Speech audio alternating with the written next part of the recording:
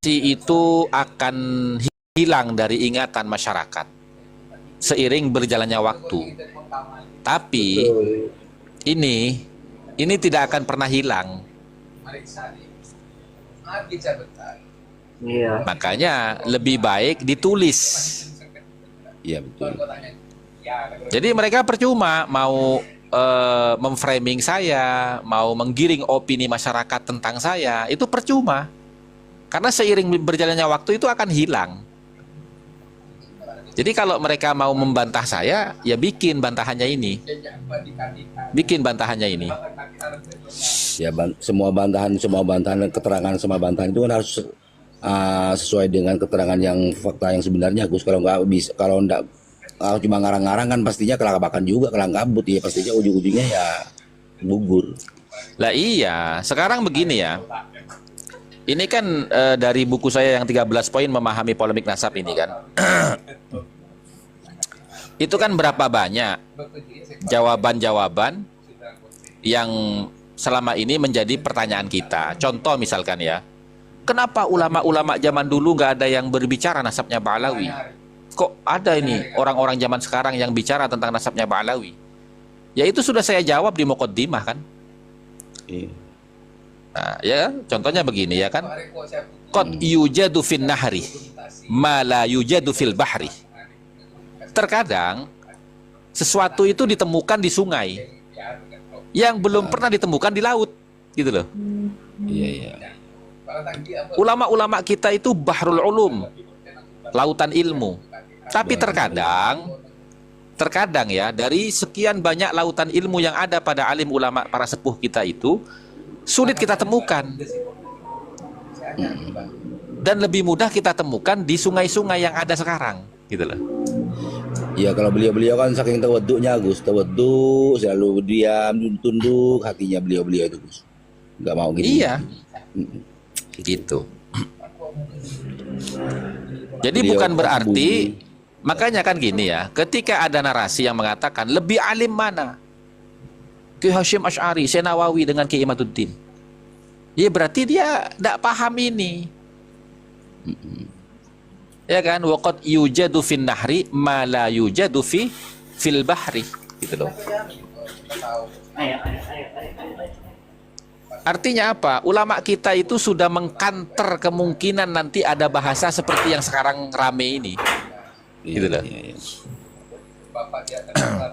Kalau pemikiran saya satu, Gus, ulama terdahulu itu kalau menurut pemikiran saya tawaduknya, beliau ya yang faktanya selalu sembunyi, artinya nggak ngaku gini gitu, apalagi membahas masalah nasab, beliau kan sembunyi terus, sangat tawaduknya gitu kan. Enggak, Bang, alhamdulillah. Jadi gini, Ya, ulama-ulama kita zaman dulu itu ya tidak punya urgensi meneliti nasab para habaib. Iya. Kenapa? Karena para habaib zaman dulu itu tidak ada yang arogan seperti para habaib yang sekarang. Iya. Dan mereka cukup tahu habaib itu di zaman dulu itu ada di pihak mana? Di pihak Belanda toh? Jelas kan? Di pihak Belanda, karena mereka banyak menjadi kenil-kenil Belanda. Dan bahkan salah satu di antara mereka, Utsman bin Yahya, itu menjadi mufti Belanda. Jadi ngapain diteliti? Dari haliyahnya aja udah kelihatan gitu loh. Iya. Dan masyarakat zaman dulu itu nggak ada yang tereksploitasi dengan pengakuan mereka. Semua masyarakat itu semuanya manut kepada para kiai dalam memperjuangkan kemerdekaan.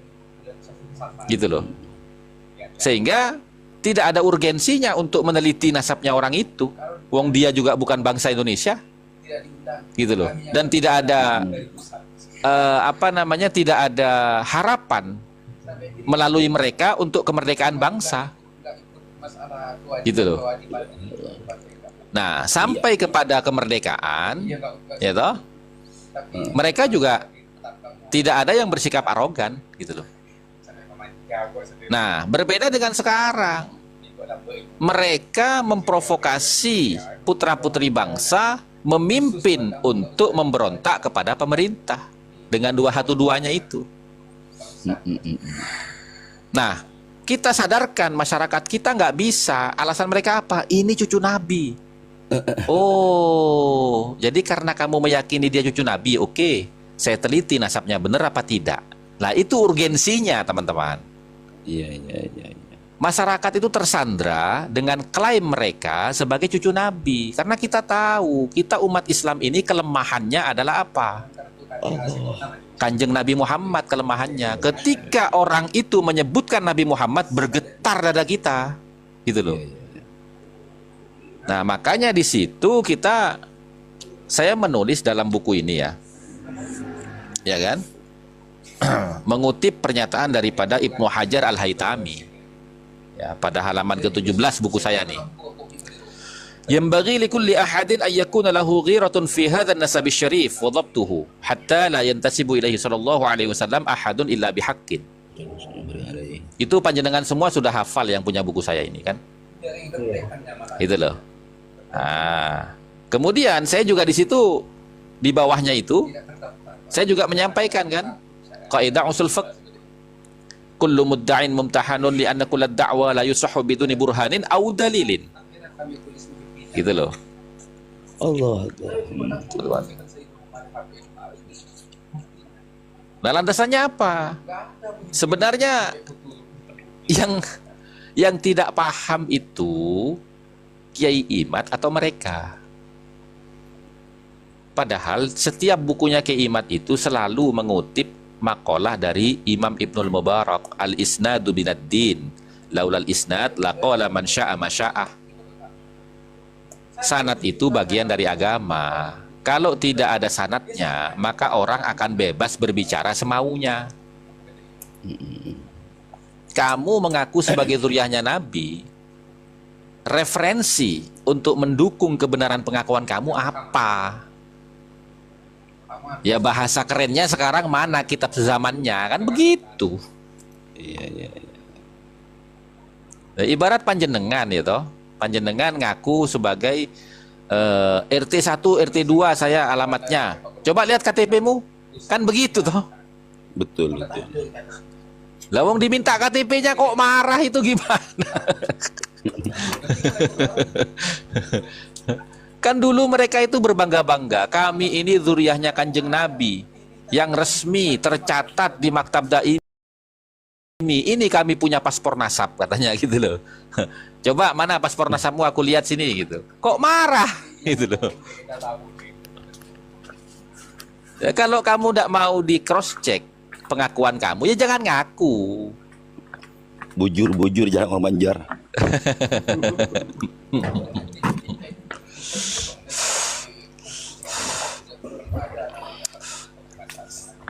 Masa misalkan gini Bang, alhamdulillah. Iya. Sampean bilang begini, Gus, saya ini orang Madura, Gus. Ah, masa orang Madura sampean? Madura mana ya? Ya mentah percaya aja kaki ya. Kenyataannya mentah percaya kan gitu loh. Masa begitu jawabannya? Iya, itu kan jawaban tidak relevan ya, tidak bagus, iya, betul. iya. Lah kita ini kan sudah biasa ya. Oh, sampean Madura kemah. Oh, kula Bengkalan. Bengkalan kemah, Bengkalan kanto. Kenal sarang nek ki. Itu kan biasa. Itu kan pertanyaan untuk memverifikasi kebenaran pengakuannya toh gitu. Itu loh. Lalu salahnya di mana? Ini berkaitan dengan pribadi seseorang, apalagi orang mengaku sebagai zuriyahnya Nabi. Itu lebih penting lagi pertanyaan itu. Gitu loh. Iya. Karena apa, teman-teman? Berat loh, teman-teman ya. Umat ini akan berat, teman-teman. Karena apa? Beratnya ini illal mawaddata fil qurba itu kalau sampean dalami itu. Kita itu harus memperlakukan keturunan Nabi Muhammad itu sebagaimana kita memperlakukan keluarga kita sendiri. Subhanallah. Kelar ya. Kalau semua orang kita biarkan mengaku dan kita iyakan, mampu sampean. Pasti beda pertanggungjawaban saya dari saksi Riki. Lah iya dong, gitu loh. Ya mohon maaf ya.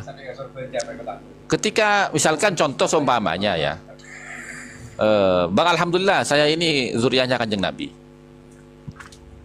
Coba tolong saya butuh ini, butuh ini, butuh ini. Wah tak beledes. Engki. Jangankan keduriahnya Nabi teman-teman. Kita kedatangan anaknya kiai kita ya. Bener. Pas nelfon gitu, jangan datang nelfon gitu. Ya pondok parloria. Aduh, abredes aja. Masya Allah. Bener, Itu bener, baru guru, apalagi Kanjeng Nabi teman-teman.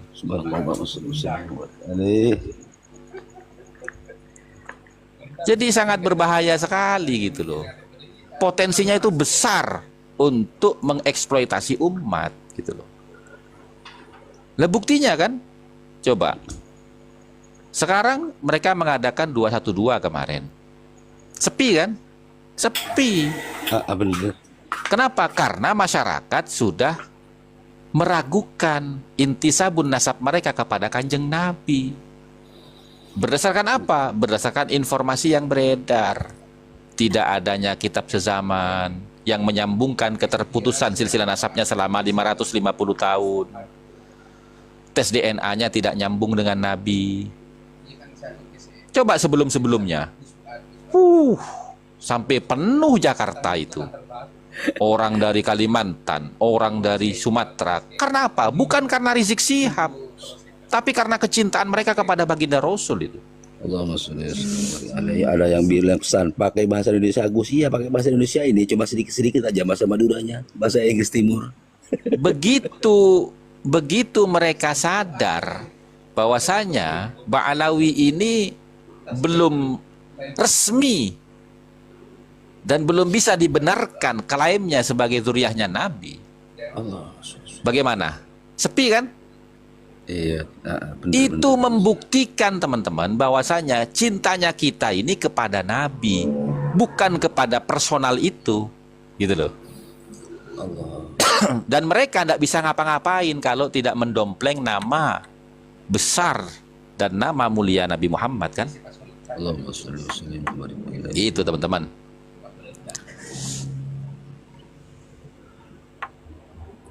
Engki aslina tadi saya ini seperti saya ini sebetulnya kalau yang waktu menonton menyimak ribut ya.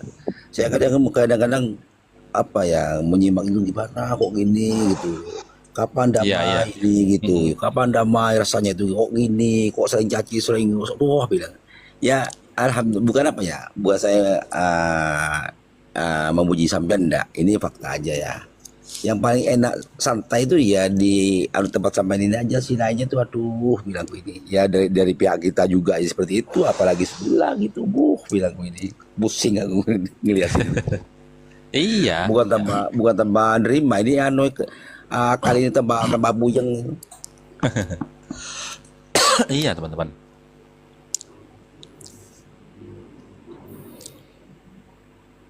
Cuman satu ya ini kadang-kadang semuanya ya. Waalaikumsalam warahmatullahi wabarakatuh. Lanjut yang lain. Sampai sekarang rum ada Ya. yang membedah kuburan, cerita-cerita tentang kuburan, ada yang tentang perdebatan, ada yang tentang ini, semuanya semua oke, best. Rumnya ini posisi merah putih best sekarang, semuanya ada. Oh di luar sana kah ribut kah? Ada yang keributan, ada yang ini, tapi bisa diatasi. Saya di tempat santai aja sambil ngaji sama Gus Arif ini, sama belajar sama beliaunya. Di lainnya Karena apa ribut terus? Iya, karena apa Bang? Tadi banyak yang ngundang Bang, gitu. Saya turun sebentar, gitu Bang. Saya kalau kadang sering masuk juga ke rumnya Habib ini, saya sering masuk, diterima biasa. Coba saya pesan saya gini, Bib kalau bisa gimana, saya itu hanya satu kerinduan saya apa sedamai itu aja. Ya, ya alhamdulillah Bang, saya Bang, walaupun langsung di Jambak ya, setiap room. Alhamdulillah dapat berkat Bang, sudah banyak Bang, setiap room dapat berkat Bang saya Bang. Alhamdulillah Bang. Iya. Gitu Bang. Soalnya ke saya itu apa ya? Saya itu sebetulnya nggak memihak, netral. Cuman ya kalau hati yang paling dalam ya saya selalu, namanya saya ini kan anak bangsa, satu ya sadar saya ini anak bangsa. Terus kedua, Ahlus Sunnah wal Jamaah siapa yang memperjuangkan adalah NU, yaitu itu tidak bisa dipungkiri. Ya, dari guru saya mulai dari kakek moyang saya. Memang faktanya itu. Saya tidak Saya memang menjelekan nggak beliau ikut sebenarnya. apa-apa, Bang. Mengikuti ajaran saya punya rumah itu saja, Bang. Iya. Ini saya punya buku teman-teman. Ini tabloid ini. Hanya Tahun 2015. sudah lawas berarti Gus. Ya, artinya ini saya mau menjelaskan bahwasanya Gus. ya, pemalsuan kuburan itu bukan baru-baru ini teman-teman terdeteksi. Ya. Dulu ternyata ya. Jadi di tahun 2015 itu Kiai Haji Agus Sunyoto almarhum, ya, beliau itu sebagai wakil ketua Les Bumi PBNU pusat, ya. Beliau itu menyatakan, ya. Ini contoh ya, saya bacakan ya. Menanggapi banyaknya pemalsuan makam ataupun sejarah, sejarawan Agus Sunyoto mengungkapkan keprihatinannya. Jika hal itu terus berlanjut, maka akan berdampak pada eksistensi bangsa. Berikut petikan wawancara dengan Ganda Himawan. Bagaimana pandangan Bapak tentang maraknya pemalsuan makam atau sejarah? Ya, perlu penelusuran. Kita ini sering dikacaukan oleh munculnya makam-makam baru yang sama sekali tidak bersifat historis. Ahistoris itu. Ya. Mestinya ada yang berani meluruskan. Ini sudah digaungkan 2015. Ya. Nah, ini kebetulan saya dengan Mas MB Senur, putra almarhum Pak Arifin Senur, menyusun Atlas Wali Songo sebagai ensiklopedi dalam film. Jadi nanti dibuat film dokumenter, isinya buku Atlas Wali Songo.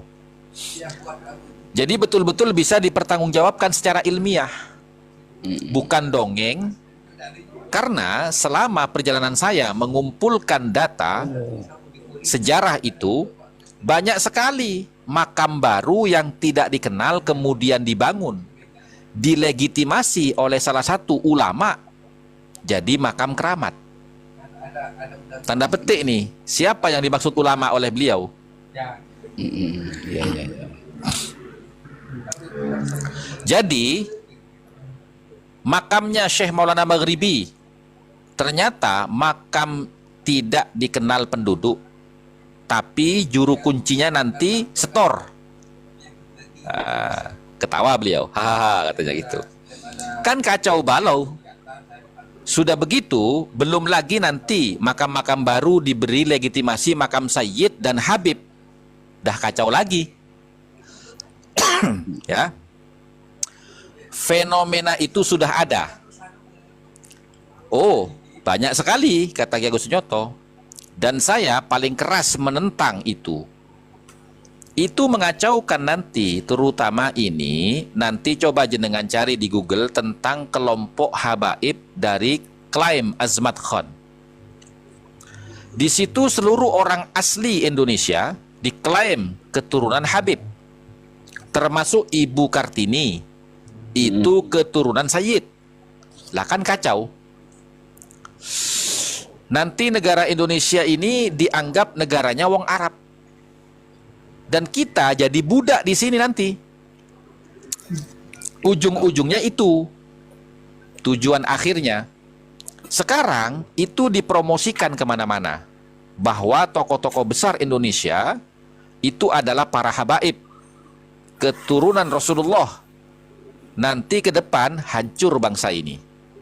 Karena ternyata orang-orang besar di sini mulai dari kerajaan Majapahit yang mendirikan orang Arab, para habaib itu. Artinya penduduk pribumi bodoh semua kan gitu. Tidak punya peradaban. Saya menghadapi hal itu biasanya pakai logika berdasar kebenaran faktual. Kalau memang para habaib turunan Rasul yang dari Yaman itu memang benar-benar menegakkan yang disebut kerajaan Majapahit seperti yang dikatakan, harus dibuktikan. Tanggapan Bapak tentang Borobudur yang katanya peninggalan, bagaimana? Nah itu artinya kan penduduk pribumi bodoh, tidak punya peradaban. Menunggu datangnya orang Timur Tengah, orang Arab Israel ke sini. Tuh, Ki Agus Nyoto sudah ngasih sinyal, orang Arab Israel sudah ngasih sinyal 2015. Baru ada peradaban di sini. Nah, logikanya kita tanya, kalau memang yang maju peradaban bangsa Arab dan Israel di sana, harusnya di Arab Israel itu ada candi-candi yang besar, yang lebih besar dari Borobudur dan Prambanan kan? Kalau di sana tidak ada peradaban apa-apa, cuma tendo-tendo wong Badui, loh bagaimana mereka datang ke Indonesia terus peradabannya jadi tinggi? Kan di situ mereka juga harus membuktikan bahwa ras mereka itu unggul, orangnya pintar-pintar gitu loh. Kenyataannya di Indonesia ini yang menang Olimpiade Matematika, Olimpiade Fisika, Olimpiade Kimia anak pribumi, bukan anaknya Habib-Habib itu. Itu real, fakta, kenyataan untuk membuktikan kecerdasan seseorang. Kalau turunan Kanjeng Nabi pasti cerdas pintar. Jangan sampai orang bodoh mengaku-ngaku hanya mengklaim turunan Kanjeng Nabi. Nah, ini sinyal lagi nih. Turunan Kanjeng Nabi itu pasti cerdas-cerdas. Bukan orang-orang bodoh yang ngaku-ngaku sebagai keturunan Nabi. Sinyal lagi kan itu? Iya, iya. Kemudian karena mereka mengaku turunan Kanjeng Nabi, kita tunduk, gitu loh. Kalau turunan Kanjeng Nabi, pasti kualitas mereka lebih tinggi. Kalau turunan Kanjeng Nabi, kualitas mereka pasti lebih tinggi daripada kita.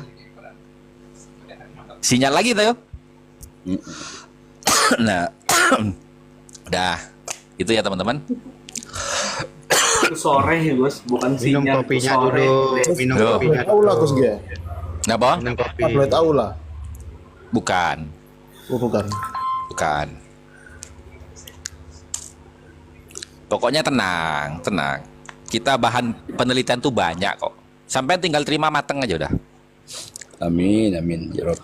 Gak usah dikongkon ya Gus. Gus, mau tanya nih Gus. Gus, Iya, iya. itu Ada tadi kalimat. nanti saya undang Iu nanti suruh pergi sini, nanti suruh bicara sendiri. Siapa? Iu yang ada di Cina tuh. Ya, kenapa? Itu yang ini tentang nasab. Mm-mm. Itu ada buku 13. Mm-mm. Kalau kamu mau beli nanti ke Gus Hasan. Harganya berapa, Bang? 30. Ya kalau kamu itu kalau kamu seandainya nggak mau, kamu mau kasihkan ke pondok mana, tapi ya kamu harus punya, anaknya kamu tuh harus belajar gitu, maksudnya. Untuk masa depan. Ya, betul. Itu sama saya. Untuk cucu-cucu kamu. Ya betul-betul, Pak. Nah, seandainya kamu mau ditunjukkan ke pondok mana, nanti kamu Mm-mm. kamu kasih tunjuklah ke Gus Hasan gitu. Mm-mm. Ya Gus Hasan nggak nggak datang. Kiai Ja'far lagi pacaran itu. Tuh. Lagi pacaran, teman-teman. Kiainya lagi pacaran dulu ya.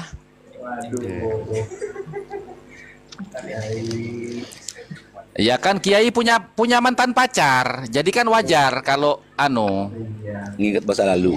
nginget masa lalu dengan mantan pacarnya. Kiai juga manusia Gus. Gak apa-apa itu. Ya mantan pacarnya itu maksudnya ya bunyainya Istri. teman-teman. Durung Iya, mana punya istri apa ya itu. Makanya kan Kiai juga manusia itu. Wajar kalau punya istri. Pak, anu kepi. Waduh, Kiai Kalau kok Kiai pacaran itu- aja. Kalau kiai itu harus Maksudnya punya itu istrinya. bunyainya mantan pacarnya. Kalau kiai itu baiknya banyak istrinya. Untuk apa? Untuk untuk supaya banyak bibit-bibit yang bagus. Bang alhamdulillah ya. Untung ya pakai pakai ini. Kalau enggak bahaya. Kok lala bahasan aja teman-teman. Cari bibit unggul itu yang kalau yang bagus itu. Benih bibit unggul pole. Itu baru lahir bayinya. Ini pipinya itu kayak bakpo pipinya. Tembem kayak bakpo pipinya itu. Punya Komel hati jaga itu. bayi mantuan. Berarti banyak cewek mau kental berarti.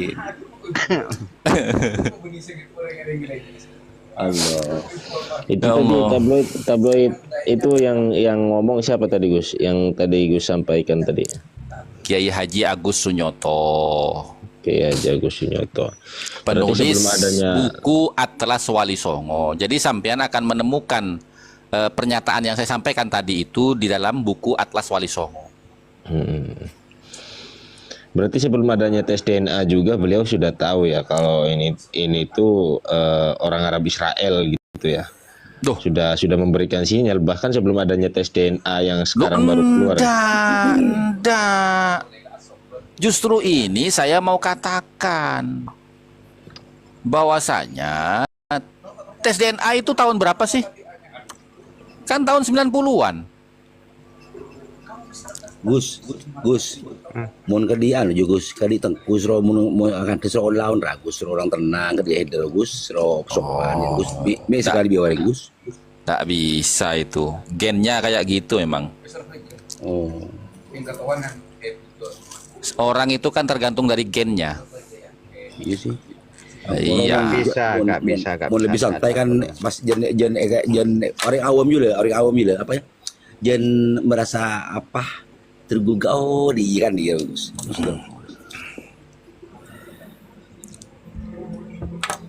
Anu to naik to aja mau kan. Tapi alhamdulillah bang banyak yang sadar bang, walaupun